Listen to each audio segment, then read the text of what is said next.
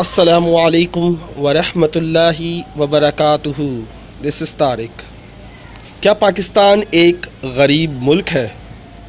یہ سوال ایک سوئس بینک ڈائریکٹر کا ہے۔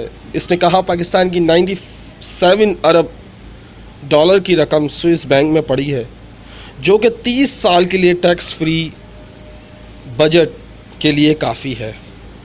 6 کروڑ پاکستانیوں کو جاب دی جا سکتی ہے۔ ملک میں سڑکیں جتنی بنانا چاہیں بنا سکتے ہیں۔ 500 سے زیادہ پاور پروجیکٹ لگائے جا سکتے ہیں۔ ہمیشہ کے لیے فری بجلی مل سکتی ہے۔ پاکستانی ماہانہ 20,000 روپے 60 سال تک لے سکتا ہے۔ ورلڈ بینک اور IMF کی کسی بھی قرض کی ضرورت نہیں ہے اگر یہ پیسہ ملک میں آ جائے تو۔ اتنا شیئر کریں کہ پورا پاکستان پڑھ لے۔